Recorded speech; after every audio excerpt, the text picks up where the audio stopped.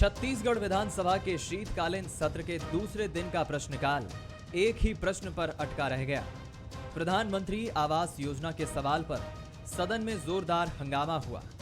BJP विधायकों ने प्रधानमंत्री आवास योजना का लक्ष्य वापस लेने की परिस्थिति पर सवाल उठाए। हंगामा इतना बढ़ा कि बीजेपी विधायकों ने गर्भगृह यानी वेल में उतरकर नारेबाजी शुरू कर दी। विधानसभा अध्यक्ष ने पूर्व मुख्यमंत्री डॉक्टर रमन सिंह सहित 11 बीजेपी विधायकों को निलंबित कर दिया। 2022 तक इस योजना में 18,90,000 आवास, 18 लाख, 11 लाख की बात नहीं कर रहा हूं, 18,09,000 2022 के अंत तक गवर्नमेंट ऑफ इंडिया को छत्तीसगढ़ के कोटे में देना था। मगर चूंकि सरकार को 3 बार नोटिस देने के बाद गवर्नमेंट ऑफ इंडिया ने लगातार संपर्क साधा, मगर ये आवास के लिए ना इनरोलमेंट कर सके ना पैसा दे सके। इसकी वजह से इनको डिस्क्वालीफाई कर दिया गया और नोटिस मिल गया कि छत्तीसगढ़ सरकार अब प्रधानमंत्री आवास योजना से बाहर किया जाता है। प्रदेश में प्रधानमंत्री आवास के 7,81,999 मकान का भविष्य अधर में लटक गया है। दरअसल योजना के तहत केंद्र और राज्य को जो 60%, 40% का अंश देना होता था, लेकिन केंद्र ने राज्य का हिस्सा देने से इनकार कर दिया है। ये मामला जब विधानसभा में उठा तो जानकारी आई कि छत्तीसगढ़ ने अपने हिस्से के 2019-20 में 762 करोड़ 81 लाख, 2020 और 2021 में राशि 800 करोड़ का अपने हिस्से का अंश नहीं दिया। नतीजा ये हुआ कि 2021 और 22 में केंद्र से करीब 8 लाख हितग्राहियों की आवास योजना की राशि वापस ले ली। वहीं सदन में विपक्ष के हंगामे के बीच उठे सवालों के जवाब में सरकार कह रही है कि केंद्र बकाया 20,000 करोड़ रुपए जारी कर देती तो ऐसी नौबत नहीं आती। केंद्र सरकार से 2018-19 की 25.85 करोड़ राशि हमारी लंबित है, उन्होंने नहीं दी है। इसके अतिरिक्त 2019-20 की जिस वर्ष की बात हो रही थी, इसकी भी 300.40 करोड़ की राशि केंद्र सरकार ने अपना अंश नहीं दिया है। लगातार अधिकारी उनको ये सूचित कर रहे थे, केंद्र सरकार के अधिकारियों को, कि लोन की प्रक्रिया हमारी उच्चतम जो कमेटी है उसके पास है, वो विचार कर रहे हैं। उन्होंने कहा है कि वो स्वीकृत कर देंगे और 762.81 करोड़ की ये जो राशि है, ये जैसे ही स्वीकृत होती है हम सूचित कर देंगे। तो ये जो 300 करोड़ है आप दे दीजिए, हम इस साल का टारगेट पूरा कर लेंगे। अगर प्रधानमंत्री ग्रामीण आवास योजना है, अगर प्रधानमंत्री जी के नाम से आवास योजना चल रहा है, तो पहली जिम्मेदारी तो केंद्र सरकार की ही है। केंद्र सरकार को अपने द्वारा दे राशि राज्य सरकार को देना ही चाहिए। उसी के बाद तो हम अपनी राशि लगाएंगे ना। केंद्र सरकार पूरा पैसा नहीं देगी और केवल आरोप लगाएगी, तो हम तो लगातार बोल रहे हैं कि छत्तीसगढ़ की जनता से लगातार केंद्र सरकार भेदभाव कर रही है। प्रधानमंत्री आवास योजना के मुद्दे पर सदन में हंगामा इतना रहा कि इस पर चर्चा कम और शोर शराबा ज्यादा होता रहा। जाहिर है कि ये कोई नई बात नहीं है। अक्सर अहम मुद्दे हंगामे की भेंट चढ़ जाते हैं और लोगों की समस्या वहीं के वहीं रह जाती है। मोहन तिवारी, बंसल न्यूज, रायपुर।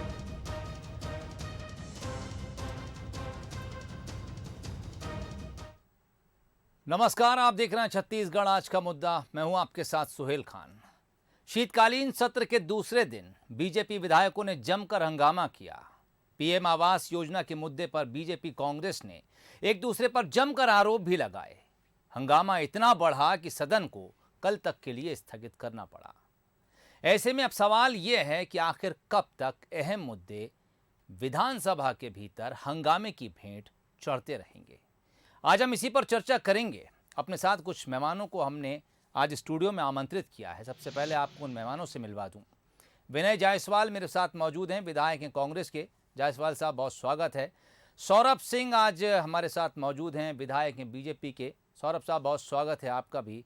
शशांक शर्मा साहब नज़र आ रहे हैं स्क्रीन पर और छत्तीसगढ़ में पत्रकारिता जगत का जाना पहचाना चेहरा हैं, वरिष्ठ पत्रकार हैं। बहुत स्वागत है शर्मा साहब आपका भी। रिपोर्ट आप तमाम मेहमानों ने देखी होगी। शशांक जी, आपसे शुरुआत करना चाहूँगा। रिपोर्ट के जरिए हमने तमाम वो आंकड़े तो रख दिए दर्शकों के सामने कि क्या कुछ राज्य को अपना अंश इस योजना के तहत लगाना था जो नहीं मिल सका, और क्या कुछ वो मकानों की तादाद है जो छत्तीसगढ़ में इस योजना के तहत बनाए जाने चाहिए थे? मैं सिर्फ आपसे वो गणित समझना चाहूंगा जिसके तहत राज्य सरकार का ये कहना है कि हमारे हिस्से का 20,000 करोड़ रुपए नहीं मिल रहा है। इस राशि का गणित आपसे समझना चाहूंगा, कौन सी राशि है, किस मद की राशि है और ये कब से ड्यू है केंद्र सरकार के ऊपर? जी देखिए, ऐसा है कि दो अलग अलग विषय हैं। एक तो विधानसभा के भीतर आज जो प्रश्न आया था प्रधानमंत्री आवास योजना, खासकर ग्रामीण क्षेत्रों को लेकर, जी, उसमें 2022 तक जो ये पंचवर्षीय योजना है, 2016-17 से प्रारंभ हुई है और 2021-22 तक इसको समाप्त होनी है। जी, इस 5 वर्ष में प्रधानमंत्री ने एक नारा दिया था कि 2022 तक इस देश में प्रत्येक व्यक्ति की अपनी छत होगी। जी, उसी संदर्भ में हम छत्तीसगढ़ में जब देखते हैं तो 2016-17 से ये योजना प्रारंभ हुई और ऐसा माना गया कि छत्तीसगढ़ में कुल जितने जो आवासहीन लोग हैं उसका सर्वेक्षण करके जो सरकार ने एक आंकड़ा दिया था, तो 18 लाख से कुछ अधिक मकान अगर ये यहाँ के गरीब जनता को या जो आवश्यकता जिनको जरूरतमंद है उनको मिल जाए तो छत की समस्या यहाँ के लोगों की दूर हो सकती थी। ठीक। लेकिन पिछले 2-3 वर्षों से लगातार जो राज्य सरकार के अंश हैं वो केंद्र सरकार को नहीं मिलने के कारण केंद्र का जो राज्य जो अंश होता है वो रिलीज नहीं कर रहे हैं, जिसके कारण ये विवाद की स्थिति बन गई है और इसका खामियाजा गरीबों को भुगतना पड़ रहा है। देखिए, इसके भी 2 डायमेंशन है। पहला तो ये कि 19-20 में जो आखिरी आते आते जो कोरोना का एक संकट आया और 2020 और 2021 के चलते राज्यों की जो राज्यों का राजस्व जो है वो कहीं किसी न किसी तरह से घटा। यही स्थिति केंद्र की भी हुई, केंद्र के भी राजस्व घटे, तो उसके कारण भी राज्यों को अपना राज्यांश देने में दिक्कत हुई और यह एक तरह से अगर देखें तो गरीबों की छत की सबसे बड़ी बाधा जो है वो राज्य के राज्यांश है, राज्य के अंश हैं जो केंद्र को देने थे। ठीक जी। ये जो 20,000 करोड़ की बात आपने जो कही है उसके बारे में मैं कहना चाहूंगा कि ये दरअसल ऐसा है कि पिछले कुछ वर्षों जब से जीएसटी लागू हुआ है तो जीएसटी के आने के बाद केंद्र और राज्य के जो वैट हैं वो एकीकृत हो गए हैं और उसमें एक बंटवारा होना निश्चित हुआ है। ठीक। वो बंटवारा जो है वो कोरोना के कारण और कुछ अन्य कारणों से वो लंबित है। उसकी वास्तविक आंकड़ा क्या है वो कहना बड़ा मुश्किल है, क्योंकि आज ही सदन में 2 अलग अलग मंत्रियों ने 2 अलग अलग आंकड़े दिए। रविंद्र चौबे जी ने उसको 32,000 करोड़ कह दिया और टीएस सिंहदेव जी जो पंचायत मंत्री थे उन्होंने 20,000 करोड़ कहा। बीच बीच में राशि आती रहती है। ये 20,000 करोड़ अब वास्तव में कितना है इसकी अभी जानकारी नहीं है, इसलिए मैं कुछ कह नहीं पाऊंगा। ठीक। चलिए, मैं चर्चा को आगे बढ़ाता हूं और चूंकि इस योजना को लेकर कांग्रेस सरकार आक्रामक रही और उसने सीधे केंद्र पर यह कहा कि हमारे हिस्से का पैसा नहीं मिल रहा, इसलिए फिलहाल हम इस योजना पर ब्रेक लगा रहे हैं। इसलिए मैं पहला सवाल विनय जायसवाल साहब आपका है। जो राशि 20,000 या 32,000 करोड़ रुपए का जिक्र हो रहा है, मैं उसकी बारीकी में नहीं जाता। हम मान लेते हैं कुछ हजार करोड़ रुपए केंद्र पर राज्य का बकाया है, लेकिन जैसा कि शशांक जी कह रहे थे कि वो जीएसटी या फिर जो दूसरे टैक्स के जरिए राज्य के खाते में आना चाहिए था और एकीकृत खाते में जाता है, वो पैसा है। लेकिन इस योजना को अगर हम देखें तो इस योजना का शायद उस राशि से इतना कोई सीधा लेना देना नहीं है।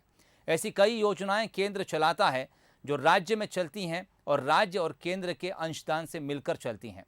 क्या कोई बीच का रास्ता निकल सकता था विनय जी कि हम इस योजना को धीरे ही सही लेकिन कुछ आगे तक ज़रूर बढ़ाते ताकि गरीब की छत का सपना पूरी तरह ना टूटता, भले ही वो कुछ अधूरा सा रह जाता, एक उम्मीद रहती कि आगे जाके पूरा ज़रूर होगा? सोहेल जी, ये बात नियत की होती है। ये जो अभी जो माननीय पत्रकार हैं, जो वरिष्ठ पत्रकार हैं, उन्होंने जी इस बात को रखा कि जो ये योजना है कि 2022 तक का था कि सारे गरीबों को छत मुहैया करा दी जाएगी जी। तो आज जब कोरोना कोई केवल छत्तीसगढ़ राज्य उससे प्रभावित नहीं था, सारा का सारा देश उससे प्रभावित था। और इस योजना का जो केंद्रांश होता है, राज्य जो केंद्रांश की जो राशि होती है वो 60% होती है और राज्यांश हो जाता है 40% होता है। जैसा कि आपने बताया कि 19-20 में जो 762 करोड़ लगभग राज्य का हिस्सा था जी। और 1144 करोड़ रुपए जो है वो केंद्र का हिस्सा था।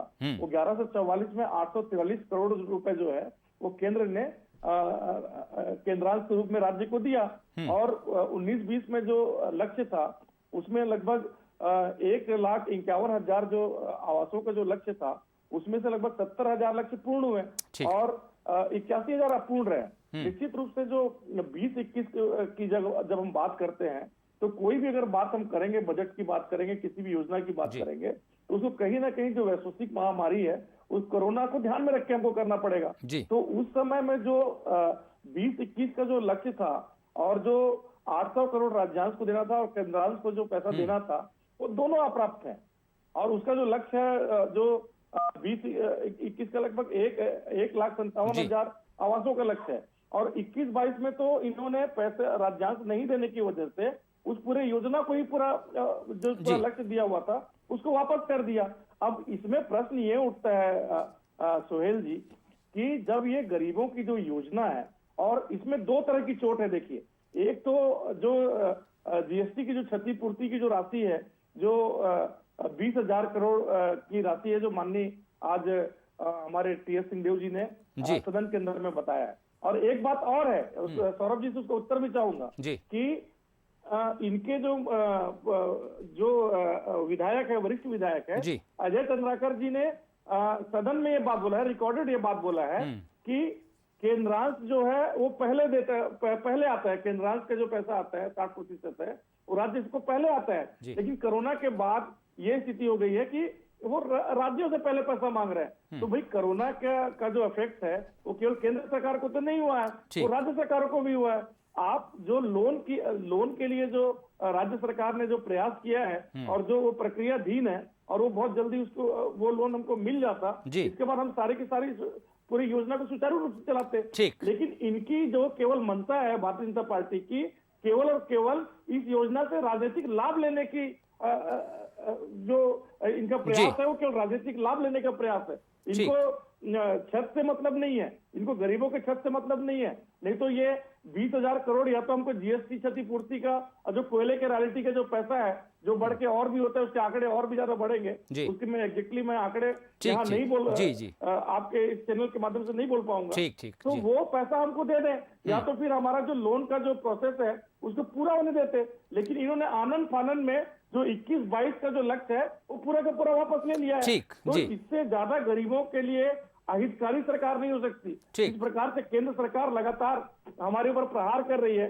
जब हम किसानों का 9,000 करोड़ रुपए कर्जा माफ करते हैं, हम 2,500 रुपए सपोर्टिंग प्राइस देते हैं, हम ये सब तमाम जो गरीबों के लिए काम कर रहे हैं। खेतिहर मजदूरों को हम डायरेक्ट 5,000 रुपए उनको सालाना जो हमने ये जो योजना बनाई है, तो ये लगातार जो गरीबों के लिए योजना बना रही है भूपेश बघेल की सरकार, उसके ऊपर कहीं ना कहीं केंद्र सरकार न केवल 2,500 रुपए सपोर्टिंग प्राइस देने को उन्होंने मना किया कि अगर कोई भी बोनस देंगे तो हम आपको आपका जो समर्थन मूल्य में चावल नहीं लेंगे, तमाम तरह के करेंगे। आज जब हमने राजीव गांधी न्याय योजना बनाया है तो वो बारदाने की कमी कर दे रहे हैं। कहीं ना कहीं जितनी भी हमने हित वाली योजना बनाई है उसमें केंद्र सरकार अड़ंगा बन के खड़ी है। चलिए विनय जी, पूरा समय आपको दिया गया बोलने का और अब सौरभ सिंह साहब आपकी बात सुनकर मुस्कुरा रहे थे, मेरे ख्याल से वो जवाब के लिए तैयार हैं। सौरभ साहब, कई सवाल खड़े किए जायसवाल साहब ने, मैं चाहूँगा उसका जवाब तो आप रखें ही।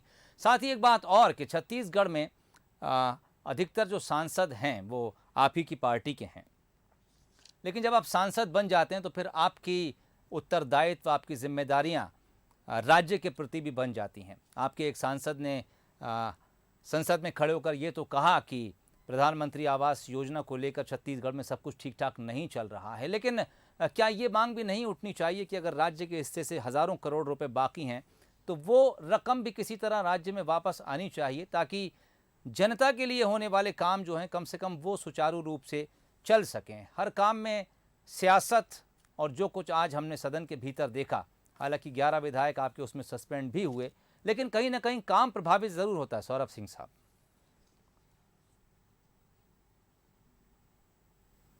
देखिए, मैं आपको पहले बात बताना चाहता हूं जी कि छत्तीसगढ़ भारत का अकेला राज्य है जहां प्रधानमंत्री योजना बंद हो गई। उसका कारण सिर्फ ये है कि ये मैचिंग ग्रांट नहीं दे पाए। कोरोना का संकट हर राज्य के लिए है, तो जितने भी भारतीय जनता पार्टी के गैर शासित राज्य हैं, चाहे वो राजस्थान है, चाहे वो पंजाब है, चाहे वेस्ट बंगाल है, चाहे उड़ीसा है, वहां पर ये प्रधानमंत्री योजना, प्रधानमंत्री आवास योजना, जो गरीबों के छत की योजना है, वो योजना लगातार चल रही है। ठीक जी। और इसलिए चल रही हो क्योंकि राज्य सरकार की नियत है राज्यांश का पैसा जमा करने के लिए।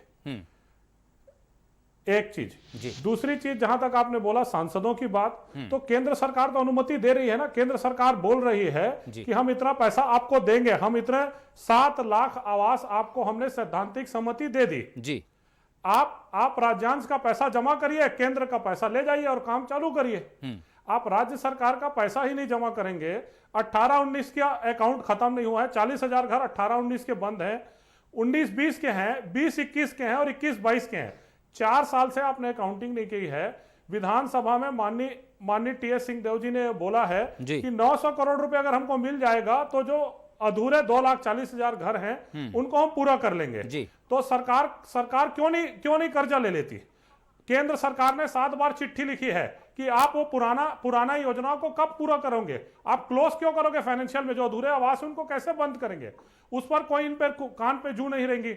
मैं आपको बता रहा हूं, पंचायत विभाग छत्तीसगढ़ ने वित्त विभाग छत्तीसगढ़ को 11 बार चिट्ठी लिखी है कि साहब इसको प्राथमिकता से इसकी स्वीकृति की जाए, इसके लोन की व्यवस्था की जाए। पर वित्त विभाग जिसके भार साधक मंत्री मुख्यमंत्री जी हैं, उनके कान में जू नहीं रहेंगी जी। सुहेल जी, तो किस तरह से ये योजना यहां पर रोल आउट होगी। और जहां तक बात है कि केंद्र सरकार पैसा नहीं दे रही है, तो मैं ये बोलना चाहता हूं कि 20,000 करोड़ की क्षतिपूर्ति की तो राशि कहीं से भी नहीं मिलने वाली है।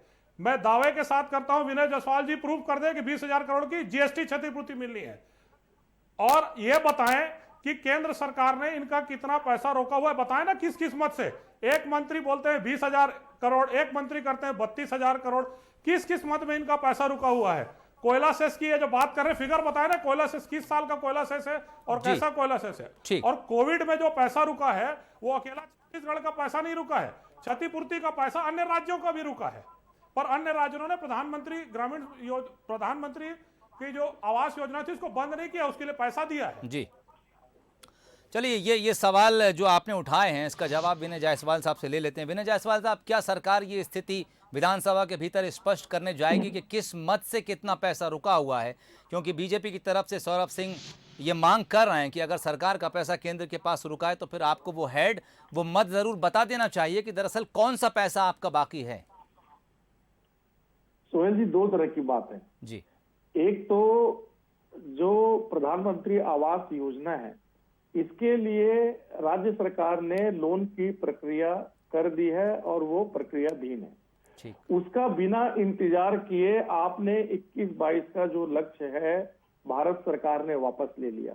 ये भारत सरकार की किस मंशा को दर्शाता है कि केवल और केवल ये इस योजना का जो प्रधानमंत्री आवास योजना है, जिसका नाम इन्होंने प्रधानमंत्री आवास योजना रखा है, जबकि 40% राज्यांश भी है। ये भी प्रश्न है कि उसका नाम केवल प्रधानमंत्री आवास योजना क्यों नहीं है, प्रधानमंत्री मुख्यमंत्री आवास योजना, ये क्यों उसका नाम नहीं रखते हैं। एक बात। दूसरी बात, जो ये जू रेंगने की कर रहे थे सौरभ भाई, आप ये बताइए कि हमारे माननीय मुख्यमंत्री जी ने नीति आयोग में प्रधानमंत्री के वर्चुअल बैठक में वित्त मंत्री सीतारमण जी से लगातार कई बार, 3-4 बार की बात नहीं कर रहा हूं, 10 बार से ऊपर आपको ये बात बोला है, चिट्ठी लिखा है, उनसे अनुरोध किया है, उनके संज्ञान में बात लेके आया है कि जो जीएसटी क्षतिपूर्ति का जो पैसा है, कोयले के रॉयल्टी के जो पेनल्टी है, वो 20,000 करोड़ से ज्यादा होता है। आपको एग्जैक्ट फिगर भी पता चल जाएगा। 20,000 करोड़ रुपए की राशि एक आपने रोक दिया है। दूसरा, आप हमारे लोन का जो प्रोसेस है उसका भी इंतजार किए बिना पूरा का पूरा जो सरकार जो आवासीय योजना है उसको वापस ले लिया है। ये किस और आपको ये संकेत देता है, तो आपके किस मंशा को आपके दर्शाता है, आप ये बताइए। अगर आपकी नीयत साफ होती ना, आपको 11 में से 9 सांसद छत्तीसगढ़ ने दिए हैं। क्या इन 9 सांसदों की जिम्मेदारी नहीं है? आज हमको 70 सीट के साथ छत्तीसगढ़ की जनता यहाँ बैठाई है। छत्तीसगढ़ में हमने 10 दिन भी नहीं लिया, 1 दिन में हमने 9,000 करोड़ का कर्जा माफ किया किसानों का। हमने 2500 रुपए सपोर्टिंग प्राइस दिया है आप लोग के तमाम अड़ंगों के बाद। लेकिन आवास योजना चूंकि आपकी है, प्रधानमंत्री आवास योजना है, तो उसको आपने यहाँ छत्तीसगढ़ में बंद करवा दिया। तो ये निश्चित रूप से ये जो छत्तीसगढ़ में गरीबों के साथ आप लोगों ने जो किया है, माननीय प्रधानमंत्री जी लाखों लाख गरीबों का जो छत उजाड़ के जो अभी अपना पाप धो रहे हैं गंगा में, इसको याद रखेगी छत्तीसगढ़ की जनता। सौरभ जी याद रखिएगा। ठीक ठीक सौरभ जी, मैं आपके पास आता हूं, लेकिन उससे पहले शशांक शर्मा साहब आपके पास आना चाहूंगा। बहुत देर से आप लगातार इस पूरी चर्चा को सुन रहे हैं। एक बात लगातार सामने आ रही है कि जब छत्तीसगढ़ सरकार की तरफ से अपनी उपलब्धियां गिनाई जा रही हैं, बताई जा रही हैं, छत्तीसगढ़ सरकार ने जो योजनाएं चलाई उसको किस तरह से अमली जामा पहनाया जा रहा है, इस बात का तो जिक्र किया गया। लेकिन जैसे ही नाम प्रधानमंत्री आवास योजना यानी केंद्र से जुड़ता है तो राज्य कहती है कि हमारे पास पैसा नहीं है।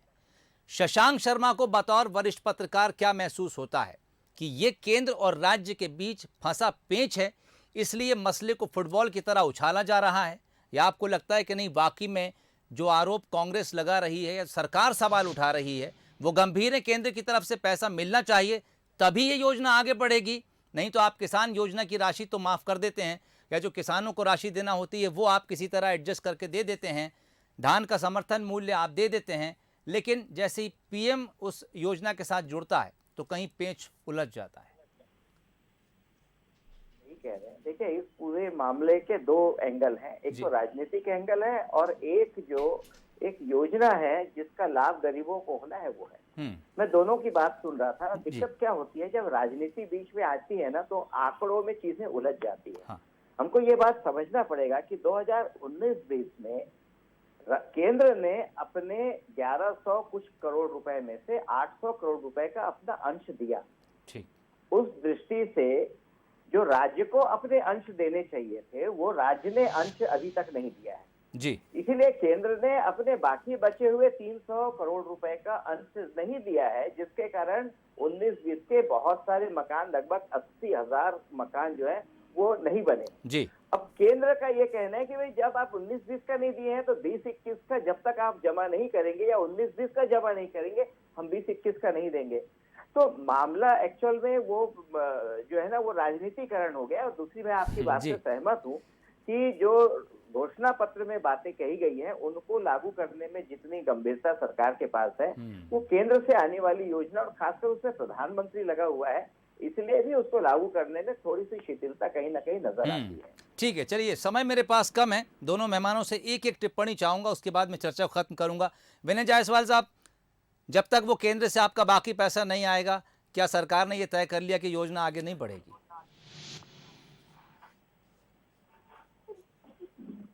ये जो अभी बोल रहे थे माननीय हमारे पत्रकार साहब जी, आप ये बताइए ना कि ये तो हमारा इसका भी इंतजार नहीं, केंद्र की सरकार जब हम लोन का जो प्रोसेस है जो दिया हुआ है उसका तक इंतजार नहीं किए, पूरी की पूरा योजना को इन्होंने वापस कर दिया है। और दूसरी बात कि जो जीएसटी की जो क्षतिपूर्ति है जी, जो हमारा जो हिस्सा है, जो हमारा हक है, छत्तीसगढ़ के लोगों का हक है, उसको देने में इतना हीला वाला क्यों? भाई सौरभ जी से मैं बोलना चाहता हूँ कि आप पूरे अपने विधायकों के साथ जाइए, आपके 9 सांसद हैं, आप जाके एक बार आप भी तो बोलिए। चलिए विनय जी से सौरभ से उसका जवाब ले लेते हैं। सौरभ साहब, आप हालांकि विपक्ष में हैं लेकिन ज्यादातर सांसद आपके हैं, कोशिश करेंगे केंद्र से ये पैसा मिल जाए राज्य को ताकि जो कुछ गरीबों के लिए योजनाएं चल जाए। बहुत संक्षेप में जवाब चाहूंगा। मैं आपको एक चीज स्पष्ट बोलता हूं कि राज्य सरकार की नियत में खोट है। राज्य सरकार ने पिछले 3 साल में अपने वित्तीय फाइनेंस मिनिस्टर के रूप में माननीय मुख्यमंत्री जी ने प्रधानमंत्री आवास योजना के लिए 100 रुपए भी स्वीकृत नहीं किया है। तो इसकी जवाबदारी, इसकी जिम्मेदारी राज्य सरकार की है। चलिए ठीक है जी। दूसरी चीज जो विनय जायसवाल जी बोल रहे थे कि प्रधानमंत्री आवास का है, मैं आपको बताना चाहता हूं कि इंदिरा आवास के नाम से एक योजना चलती थी जो एक नेता के नाम पर चलती थी, और उस नेता के नाम पर भी जो योजना चलती थी उस योजना के लिए भी माननीय डॉक्टर रमन सिंह जी की सरकार ने 2003 से लेकर 2009 तक पैसा दिया। उसमें 100% गरीबों के नाम का मामला था, नाम का कोई मतलब नहीं था। मैं रोकना चाहूंगा सौरभ साहब आपको भी, विनय जायसवाल साहब आपको भी। दरअसल वक्त इजाजत नहीं देता कि चर्चा को आगे बढ़ाएं। फिर किसी दिन अगर इस मुद्दे पर चर्चा हुई तो आप सभी मेहमानों के साथ जरूर बैठेंगे और इस चर्चा को आगे बढ़ाएंगे। फिलहाल विनय जायसवाल साहब, सौरभ सिंह, शशांक शर्मा साहब, आप तीनों का बहुत शुक्रिया हमसे जुड़ने के लिए, आज का मुद्दा में हिस्सा लेने के लिए। तो ये था छत्तीसगढ़ आज का मुद्दा।